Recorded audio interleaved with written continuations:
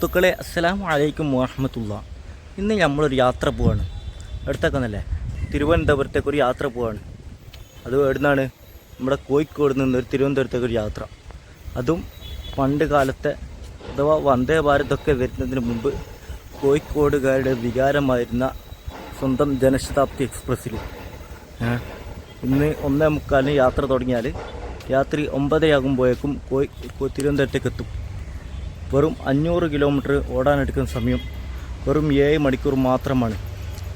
ഇതിൻ്റെ ഫസ്റ്റ് യാത്ര തുടങ്ങിയതെന്ന് വെച്ചാൽ 2022 നവംബർ 1-നാണ്.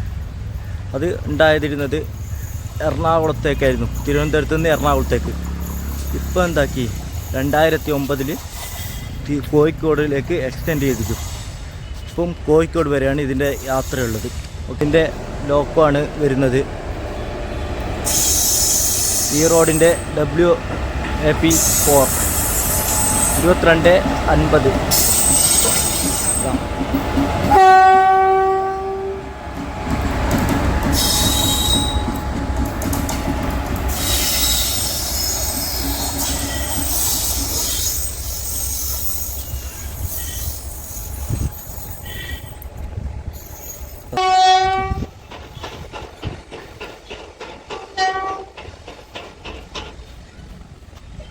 ഇതിന് 3 AC ചെയർ കാറും അതുപോലെ തന്നെ 17ഓളം സിറ്റിംഗ് സീറ്റുമാണുള്ളത്. പിന്നെ 2 SLDRും.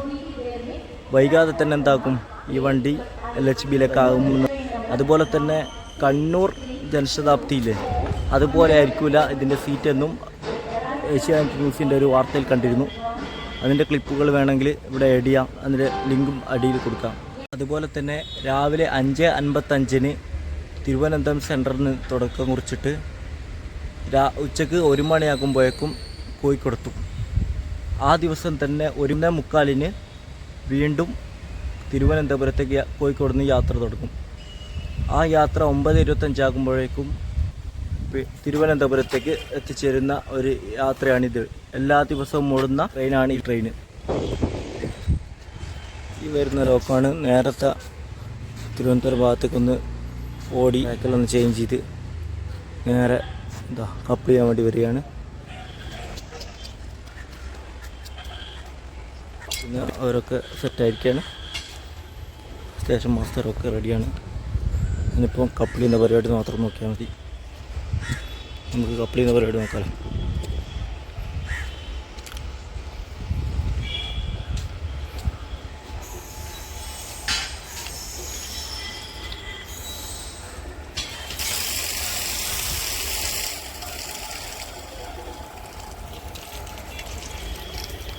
സ്റ്റേഷൻ മാസ്റ്റർ ഇതാ കൃത്യസമയത്തും നമ്മുടെ കോച്ചിലേക്ക് വെള്ളം നിറക്കുന്നു.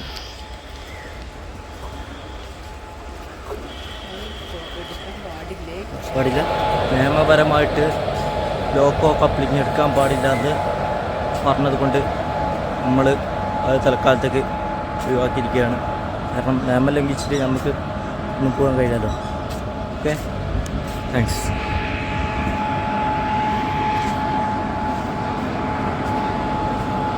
ഇതാണ് നമ്മൾ ഇന്ന് തിരുവനന്തപുരം വരെ എത്തിക്കുന്ന. പിന്നെ നമ്മുടെ വണ്ടിയുടെ സ്റ്റോപ്പുകൾ, ഒന്ന് കോഴിക്കോട് വിട്ടാൽ തിരൂർ, തിരൂർ വിട്ടാൽ ഷൊർണൂർ, ഷൊർണൂർ വിട്ടാൽ തൃശ്ശൂർ, തൃശ്ശൂർ വിട്ടാൽ ആലുവ, എറണാകുളം, ചേർത്തല, ആലപ്പുഴ, കായംകുളം, കൊല്ലം, വർക്കല, ശിവഗിരി, തിരുവനന്തപുരം. ഓക്കെ, ഇത്ര സ്റ്റേഷൻ മാത്രമേ നമ്മുടെ വണ്ടിക്ക് സ്റ്റോപ്പുള്ളൂ. വെറും 6 മണിക്കൂറും 3/4 മിനിറ്റ് എടുത്തിട്ടാണ് ഈ വണ്ടി, അഥവാ 7 മണിക്കൂർ എടുത്തിട്ടാണ് നമ്മുടെ ഈ വണ്ടി തിരുവനന്തപുരത്തേക്ക് നമ്മൾ എത്തിക്കുന്നത്. അപ്പുറത്തേക്ക് ഞാൻ പറഞ്ഞ പോലെ നേരത്തെ പറഞ്ഞുകൊണ്ടിരുന്ന മംഗലാപുരം കോയമ്പത്തൂർ ഫാസ്റ്റ് പാസഞ്ചർ, കൊറോണയ്ക്ക് മുമ്പ് ഫാസ്റ്റ് പാസഞ്ചറായിട്ടുണ്ടായിരുന്ന വണ്ടി ഇപ്പം അത് എക്സ്പ്രസ് ഫെയറിലാണ് ഓടിക്കൊണ്ടിരിക്കുന്നത്. കാരണം ഒരു നിയമം വന്നിട്ടുണ്ടായിരുന്നു, കൊറോണയ്ക്ക് മുമ്പ് പാസഞ്ചറുകളും ഇപ്പം 200 കിലോമീറ്റർ മുകളിലാണെങ്കിൽ അത് എക്സ്പ്രസ് ഫെയറിലും, 200 കിലോമീറ്റർ താഴെയാണെങ്കിൽ അത് പാസഞ്ചർ കാറ്റഗറിയിലാണ് പെടുന്നതെന്ന് മുൻകൂട്ടി ഒരു നിയമം വന്നിട്ടുണ്ടായിരുന്നു. അതിൻ്റെ പശ്ചാത്തലത്തിലാണ് ആ ട്രെയിനും തുടങ്ങി അതുപോലെ മംഗലാപുരത്ത് നിന്ന് രാവിലെ പുറപ്പെടുന്ന കോഴിക്കോട് എക്സ്പ്രസ്, അതാണ് ഈ 2 ട്രെയിനിൻ്റെയും ഇടയിൽ കാണുന്ന ആ ട്രെയിനുമൊക്കെ ഈ ഒരു കാറ്റഗറിയിൽ പെടുന്നത് കൊണ്ട് ഇപ്പോൾ എല്ലാം എക്സ്പ്രസ്സാണ്. ആകെയുള്ളത് മംഗലാപുരത്ത് നിന്ന് ഇപ്പോൾ ആകെ ഒരു പാസഞ്ചർ ഓടിക്കുന്നുള്ളൂ. അത് കണ്ണൂരേക്കുള്ള പാസഞ്ചറാണ്. അത് എന്നും 6 മണി സമയത്ത് അങ്ങനെ മംഗലാപുരത്ത് നിന്ന് പുറപ്പെട്ട് രാത്രി 8:30 ആകുമ്പോഴേക്കും കണ്ണൂരെത്തുന്ന ഒരു പാസഞ്ചറാണ്. അതേ ഇപ്പോൾ മംഗലാപുരത്ത് നിന്ന് കണ്ണൂർ മലബാർ സൈഡിലേക്ക് ഓപ്പറേറ്റ് ചെയ്യുന്ന ഒരേ ഒരു പാസഞ്ചർ.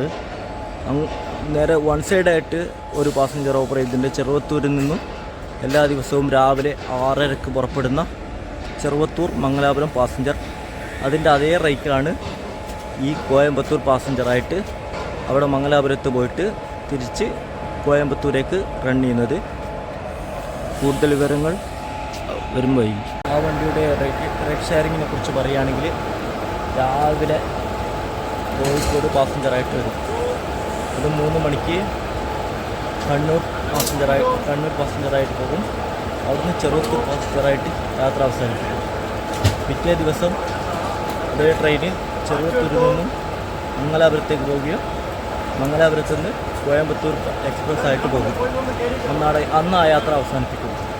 പിറ്റേ ദിവസം രാവിലെ കോയമ്പത്തൂരിൽ നിന്നും മംഗലാപുരത്തേക്ക് എക്സ്പ്രസ് ആയിട്ട് വരും. അത് അവിടെ അവസാനിപ്പിക്കും. അതിനുശേഷം മംഗലാപുരത്ത് നിന്നും വീണ്ടും മഡ്ഗോണിലേക്ക് യാത്ര ചെയ്യും. അത് തിരിച്ച് മംഗലാപുരത്ത് വന്ന് അതും യാത്ര അവസാനിപ്പിക്കും. ഇങ്ങനെയാണ് ഇതിൻ്റെ ടൈമിംഗ് ഷെഡ്യൂൾ വരുന്നത്. തിരുത്തുണ്ടെങ്കിൽ ഡിസ്ക്രിപ്ഷനിൽ അറിയിക്കുന്നതാണ്.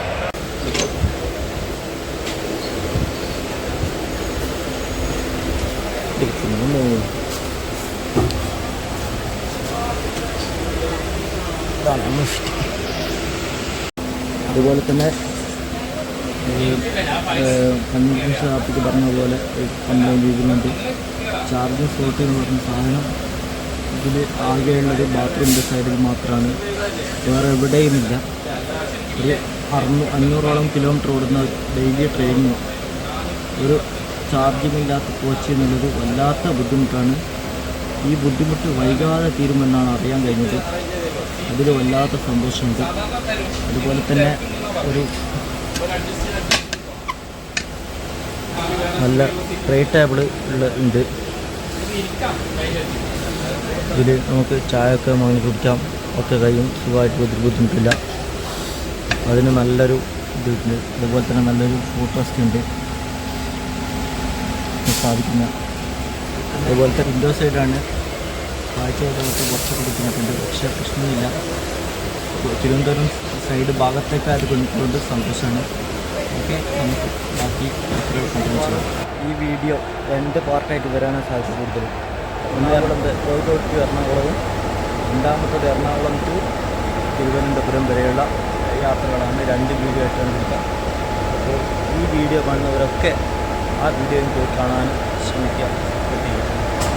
7:05 കോഴിക്കോട് നിന്നും ആലപ്പുഴ വഴി തിരുവനന്തപുരം വരെ പോകുന്ന കോഴിക്കോട് തിരുവനന്തപുരം ജൻശതാബ്ദി എക്സ്പ്രസ് 4ാമത്തെ പ്ലാറ്റ്ഫോമിൽ നിന്നും ഉടനെ പുറപ്പെടും.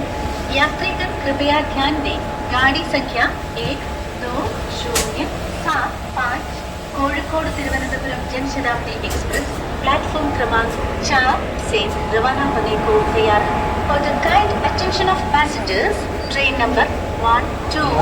കോച്ച് എന്ന് പറഞ്ഞാൽ പിന്നെ എഞ്ചിന് നേരെ ബാക്കിലുള്ള കോച്ചാണ്. യാത്രക്കാരുടെ ശ്രദ്ധ. കാരണം ട്രെയിൻ നമ്പർ ഇതാകെ 17ഓളം ഡി റിസർവ്ഡ് കോച്ചാണ്. 3ഓളം ചേർക്കാറുമാണ് ഉണ്ടാവാറ്. അതുപോലെ തന്നെ 2 SL ആണ്. പക്ഷേ ഇന്ന് പെരുന്നാളും മറ്റും ആഘോഷം പ്രമാണിച്ചിട്ട് ഒരു എക്സ്ട്രാ കോച്ച് കൊടുത്തിരിക്കുന്നുണ്ട്. ആ കോച്ചിലാണ് നമ്മളുള്ളത്. കോഴിക്കോട് തിരുവനന്തപുരം എക്സ്പ്രസ് പ്ലാറ്റ്ഫോം ക്രമാങ്ക് 4 से रवाना होने को तैयार है. For the kind attention of passengers, സമയത്തൊന്നും ജനറൽ പോകാന്ന് പറഞ്ഞാൽ വല്ലാത്ത ബുദ്ധിമുട്ടാണ്. പ്രശ്നം. പക്ഷേ AC ആണെങ്കിലോ നമുക്ക് അഫോർഡ് ചെയ്യാൻ പറ്റുകയില്ല. കാരണം സാധാരണക്കാരുടെ ഇതാണല്ലോ ജനറൽ. 1:45 തന്നെ നമ്മുടെ വണ്ടി കോഴിക്കോട് ഡിപ്പാർട്ടിലിരിക്കുകയാണ്.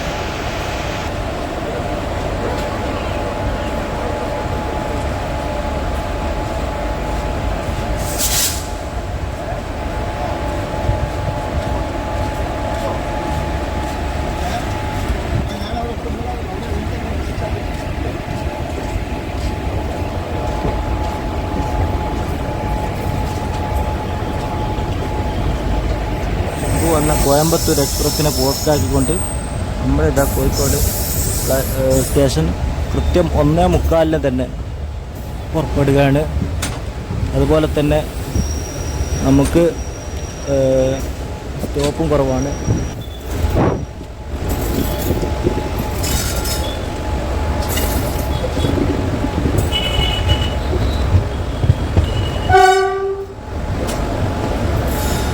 അങ്ങനെ ഇതാ നമ്മുടെ പുതിയ യാത്രയ്ക്ക് ഇവിടെ തുടക്കം കുറിച്ചിരിക്കുകയാണ്. ഇൻഷാ അല്ലാഹ് നമ്മൾ തിരുവനന്തപുരം എത്തിയിട്ട് ഇതിൻ്റെ ചേർക്കാറൊക്കെ നിങ്ങൾക്ക് കാണിച്ചു തരാം. ഇതുവരെ മൊത്തം ലൂപ്പ് ട്രാക്കിലൂടെയാണ് സഞ്ചരിക്കുന്നത്.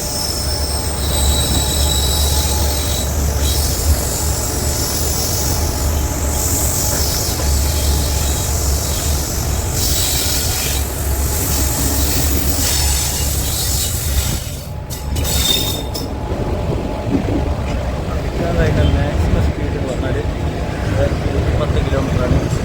അതാണ് ഈ ITFൻ്റെ ഏറ്റവും വലിയ ഡ്രോബാക്ക്. അതുകൊണ്ടാണ് ഇതിന് ഇത്രയും സ്പീഡ് കുറഞ്ഞത്. ഇനി വൈകാതെ തന്നെ ഇതിൻ്റെ LHP ആകുമ്പോൾ സ്പീഡ് കൂടുകയും പെട്ടെന്ന് തിരുവനന്തപുരത്തെത്താനും സാധിക്കും. വൈകാതെ തന്നെ ഇതിനും തിരുവനന്തപുരം സെക്കന്ദരാബാദ് ഷട്ടർ എക്സ്പ്രസ്സിനും അതുപോലെ തന്നെ കണ്ണൂർ ബാംഗ്ലൂർ എക്സ്പ്രസ്സിനും ഒക്കെ LHP കിട്ടുമെന്ന് അറിയാൻ കഴിഞ്ഞിട്ടുണ്ട്. പെട്ടെന്ന് LHP യാത്രയെ നമുക്ക് കാണാം. ഇത് ചിലപ്പോൾ വൈകാതെ തന്നെ ഈ ഒരു യാത്ര അവസാനിക്കും. അതുകൊണ്ടാണ് നമ്മൾ ഈ ഒരു യാത്ര തന്നെ തിരഞ്ഞെടുക്കാനുള്ളത്. കാരണം രാവിലെ എൻ്റെ നാട് വടകരയുടെ അടുത്താണ്. വടകര നാടിനടുത്ത് നിന്ന് ഏറ്റവും നല്ല ട്രെയിൻ എന്ന് പറഞ്ഞാൽ കണ്ണൂർ ജനശതാബ്ദി എക്സ്പ്രസ്സാണ്. അതിന് പോകാതെ ഇതിന് ചൂസ് ചെയ്യാനുള്ള കാരണം തന്നെ വൈകാതെ തന്നെ ഈ ട്രെയിന് LHPയിലേക്ക് മാറും. അപ്പോൾ ഈ ഒരു യാത്ര എക്സ്പീരിയൻസ് കിട്ടൂലെന്നോ എന്ന് വിചാരിച്ചുകൊണ്ട് മാത്രമാണ് ഇത് ചൂസ് ചെയ്തത്. ഇപ്പോൾ നമ്മൾ ഉള്ളത് കല്ലായിയാണ്. കല്ലായിയുടെ വിശേഷങ്ങൾ നമുക്ക് കാണാം.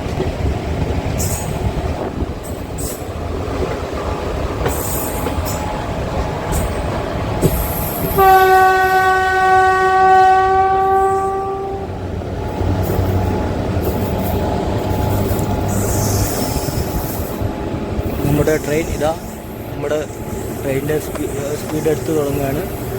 എല്ലാ സ്റ്റേഷൻ സ്കിപ്പ് ചെയ്യുകയാണ്.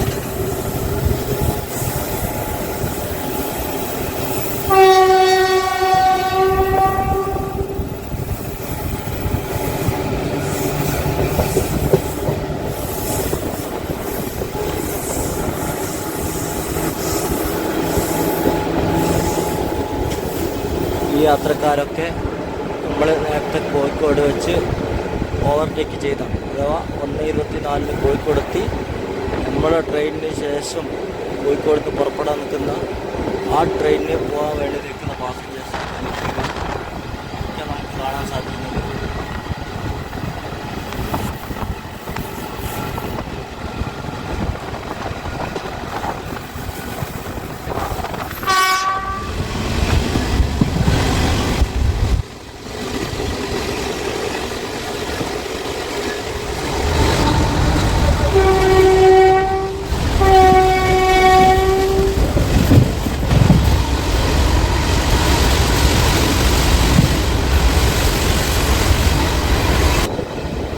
ഇപ്പോൾ നമ്മൾ എത്തിക്കൊണ്ടിരിക്കുന്നത് ഇതിൻ്റെ ഫസ്റ്റ് ഹോൾട്ടായ മലപ്പുറം ജില്ലയിലെ തിരൂരിലാണ്.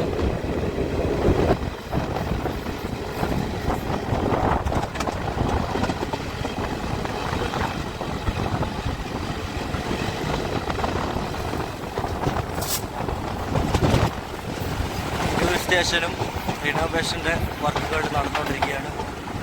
Welcome to Tirur. ഒരുപാട് യാത്രക്കാർ ഇവിടെ കയറാനുണ്ട്.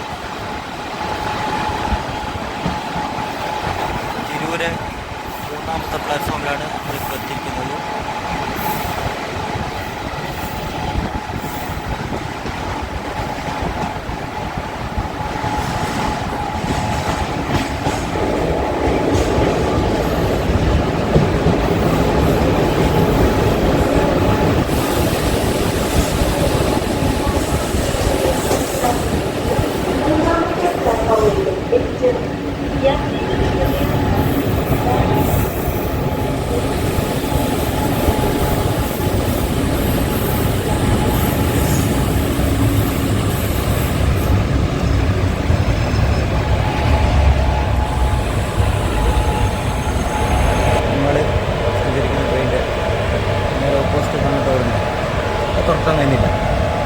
ഇതാണ് ഇപ്പോഴത്തെ പ്രശ്നം.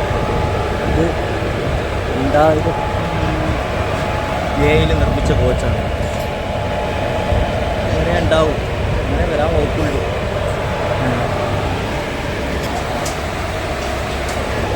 ഈ ഇത് കണ്ട ആ സംഖ്യയാണ് എന്ത് അതോ കോച്ച് നിർമ്മിച്ച വർഷം.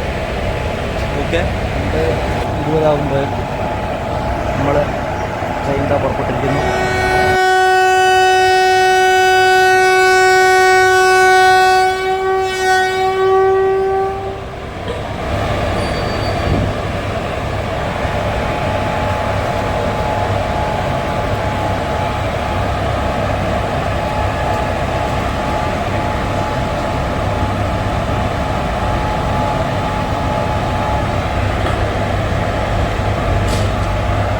തിരൂർ സ്റ്റേഷൻ്റെ 3ാമത്തെ പ്ലാറ്റ്ഫോമിൽ നിന്ന് നമ്മുടെ വണ്ടി ഇതാ പുറപ്പെട്ടിരിക്കുകയാണ്. ഇനി അടുത്ത സ്റ്റോപ്പ് ഇതിനുള്ളത് ഷൊർണൂറാണ്. അതുവരെ നോൺ സ്റ്റോപ്പാണ്. ഓക്കെ,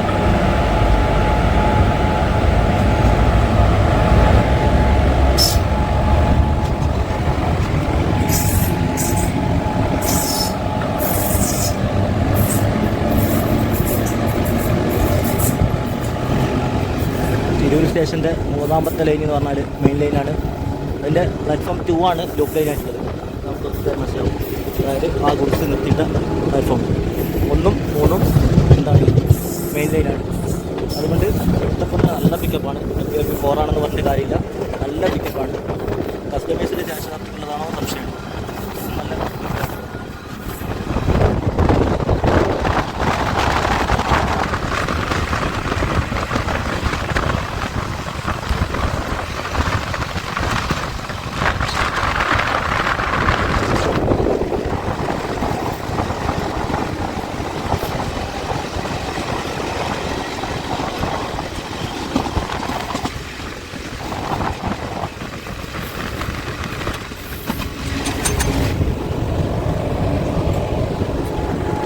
ഷൊർണൂർ സ്റ്റേഷനിലേക്ക് പ്രവേശിച്ചുകൊണ്ടിരിക്കുകയാണ്.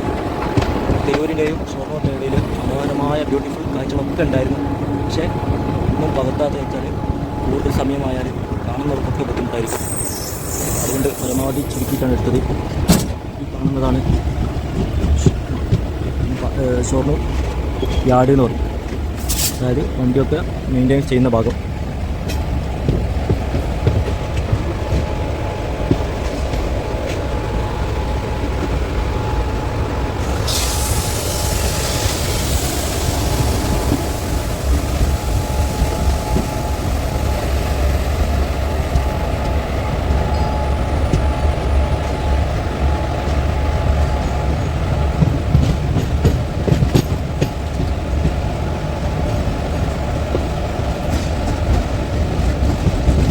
നല്ല പുത്തൻ പെയിൻ്റ് അടിച്ചൊരു കോച്ച്.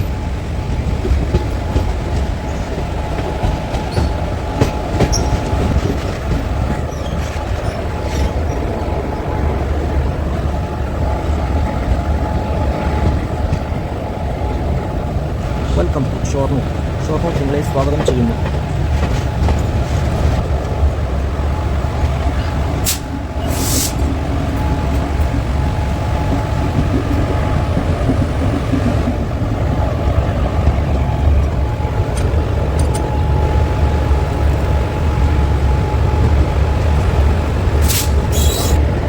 പ്ലാറ്റ്ഫോം 1-ലേക്കല്ല 5-ലേക്കാണ് കോഴിക്കോട് തിരുവനന്തപുരം ദേശശതാബ്ദി എത്തിയിരിക്കുന്നത്.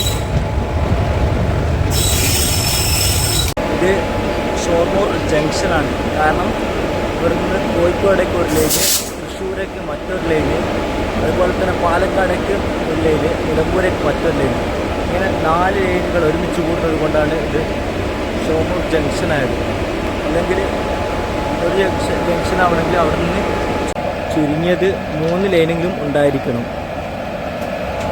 അപ്പം ഇവിടെ വീണ്ടും സമയമെടുക്കുന്നതാണ് തോന്നുന്നത്. ഈ ജനശതാബ്ദിയുടെ ഒരൊറ്റ കുറവ് അതെന്ന് പറഞ്ഞാൽ ഇതിനാകെ ഒരു സ്ഥലത്ത് മാത്രമേ ചാർജ് പോയിൻ്റ് ഉള്ളൂ. അതാ എൻ്റെ ബാക്കിൽ ആ 2 കവറ് പോലെ കാണുന്ന ഇത് ആ സ്ഥലത്ത് മാത്രമേ ചാർജിങ്ങിൻ്റെ ഉള്ളൂ. അത് വേറെ എവിടെയും ചാർജിങ്ങിൻ്റെ ഒരു ഇതില്ല. ബാക്കി സ്പീഡിൻ്റെ കാര്യത്തിലും മറ്റും ഒക്കെ ഈ വണ്ടി നല്ല ഉഷാറാണ്. 110ൻ്റെയും 120ൻ്റെ ഇടയിലാണ് സ്പീഡൊക്കെ ഉള്ളത്. അതുപോലെ തന്നെ സ്റ്റോപ്പും കുറവാണ്, സമയവും ഒരു റെഡിയാണ്, ഒക്കെ ഉഷാറായതാലും. പക്ഷേ ചാർജിങ് 500ഓളം കിലോമീറ്റർ പോകുന്ന മാവേലിയിലും അത് വേണ്ട ചെറുവത്തൂരിൽ നിന്ന് മംഗലാപുരത്തേക്ക് പോകുന്ന പാസഞ്ചറിലും കണ്ണൂരിൽ നിന്ന് മംഗലാപുരത്തേക്ക് പോകുന്ന പാസഞ്ചറിലും മംഗലാപുരം ടു കോഴിക്കോട് പോകുന്ന പാസഞ്ചറിലും ഒക്കെ ചാർജിങ്ങിൻ്റെ ഫെസിലിറ്റീസ് ഉണ്ട്. പക്ഷേ ഇതിൽ മാത്രമില്ല.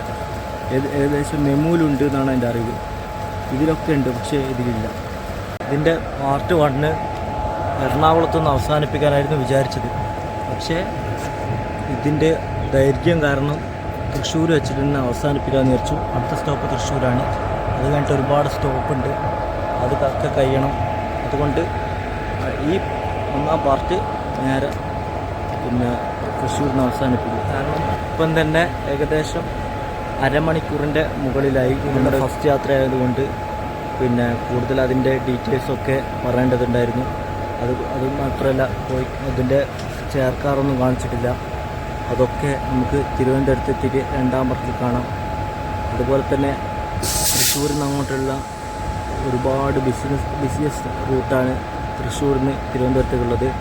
അതെന്ന് പറഞ്ഞാൽ ഇതുവരെ നമ്മളുള്ളത് പാലക്കാട് ഡിവിഷൻ്റെ റൂട്ടിലാണ്. എന്നാൽ ഭാരതപ്പുഴ കയ്യലോടുകൂടെ, അഥവാ ഷൊർണൂർ കഴിഞ്ഞ ഉടനെയാണ് ഭാരതപ്പുഴ, അത് കയ്യലോടുകൂടെ നമ്മൾ നേരെ എത്തുന്നത് തിരുവനന്തപുരം ഡിവിഷനിലാണ്. ആ തിരുവനന്തപുരം ഡിവിഷനിൽ ഒരുപാട് കാഴ്ചകൾ കാണാനുണ്ട്. നമ്മുടെ കേരളം എന്ന് പറഞ്ഞാൽ ട്രെയിൻ യാത്ര ചെയ്യാൻ ഏറ്റവും നല്ല റൂട്ടാണ്. പ്രത്യേകിച്ച് മഴക്കാലം കൂടിയാകുമ്പോൾ എല്ലായിടെയും പച്ചപ്പും ഹരിതാപവും ഒക്കെ ഉള്ള റൂട്ടാണ് കേരളം. അതുകൊണ്ട് നല്ല റൂട്ടാണ്. ഇൻഷാ അല്ലാഹ് വൈകാതെ തന്നെ ഞങ്ങൾ ഒരു ഫുൾ ജേണി കാസർഗോഡ് നിന്നും തിരുവനന്തപുരം വരെ ഫുൾ പാസഞ്ചർ ജേണി ചെയ്യാൻ ആഗ്രഹിക്കുന്നുണ്ട്. നിങ്ങൾക്ക് താല്പര്യമുണ്ടെങ്കിൽ ഒന്ന് അടിയിൽ കമൻറ്റ് ചെയ്താൽ നമുക്ക് കൂടുതൽ ഉപകാരപ്പെടും, കൂടുതൽ പ്രചോദനമാകും. നിങ്ങളുടെ സപ്പോർട്ടുകളാണ് നമുക്ക് ഏറ്റവും കൂടുതൽ പ്രചോദനമാകുന്നത്. അതുകൊണ്ട് എല്ലാവരും സപ്പോർട്ട് ചെയ്യുന്ന പ്രതീക്ഷിക്കുന്നു. നമുക്ക് വീണ്ടും ജനശതാബ്ദിയുടെ ബാക്കി കാഴ്ചകളിലേക്ക് നടക്കാം. അപ്പുറത്തെ പ്ലാറ്റ്ഫോമിലേക്ക് നമ്മുടെ നേത്രാവതി എക്സ്പ്രസ്, തിരുവനന്തപുരം സെൻട്രൽ ലോകമാന്യത്തിലേക്ക് നേത്രാവതി എക്സ്പ്രസ് വരുന്നുണ്ട്. അതുകൊണ്ടാണ് ഇതുവരെ പിടിച്ചിട്ടെന്ന് തോന്നുന്നു. എല്ലാ മുഞ്ചുള്ള ലോക്കാണ് നേത്രാവതിക്കുള്ളത്.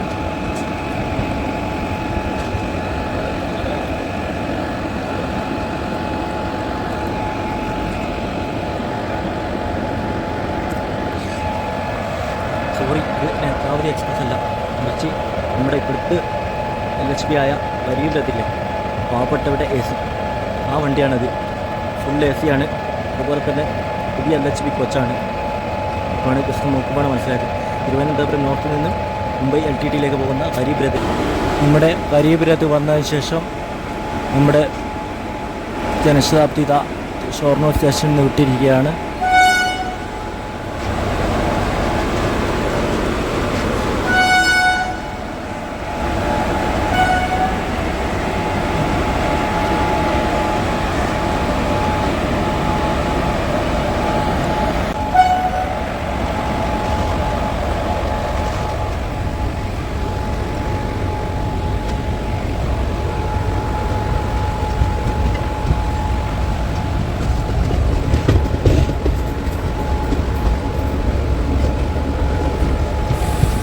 ഇവിടെ നിന്ന് ഇടത്തോട്ടേക്കുള്ള ലൈന് നേരെ പാലക്കാട് കോയമ്പത്തൂർ ഭാഗത്തേക്ക് പോകുന്നതാണ്. നമ്മുടെ പോകുന്നത് നേരെയാണ് ഭാരതപ്പുഴയൊക്കെ വരുന്നത്.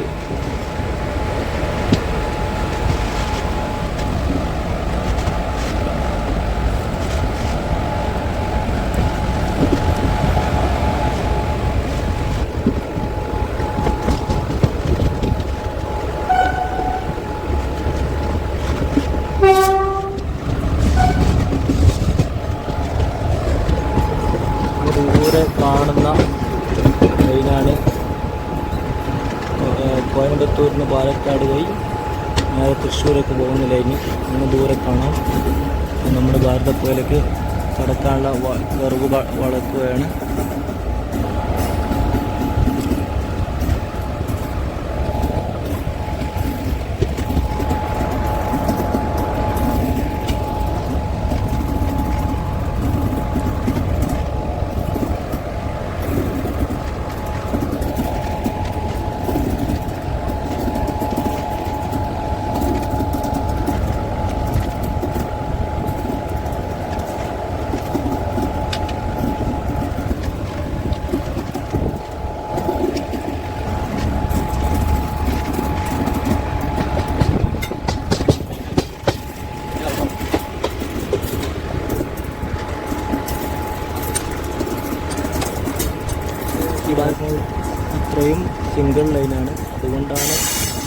വണ്ടി കുറേ നേരം പിടിച്ചിട്ടത് ഇപ്പോൾ കാണാൻ പറ്റി.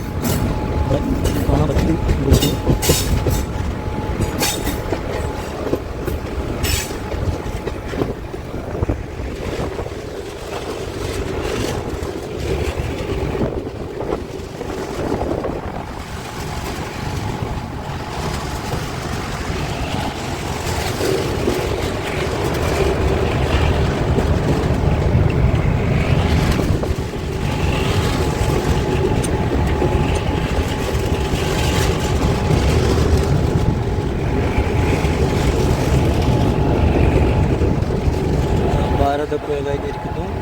ഇനി നമ്മൾ സിംഗിൾ ലൈൻ മാറി ഡബിൾ ലൈനിലേക്ക് മാറുകയാണ്.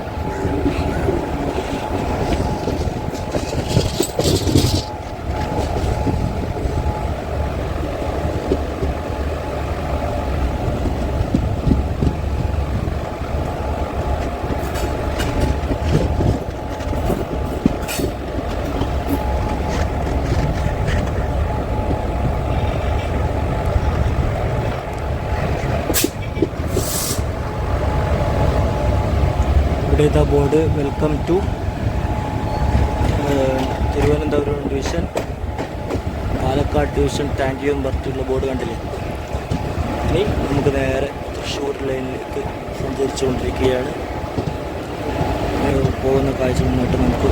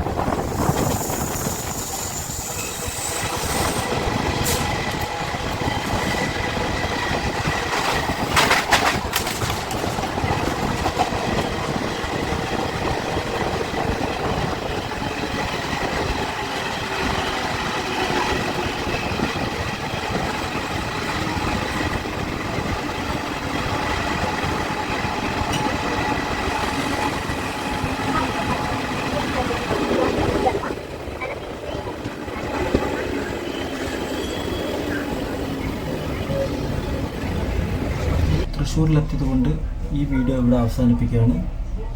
പുതിയൊരു വീഡിയോയുമായി വീണ്ടും നമുക്ക് കാണാം. താങ്ക്സ്.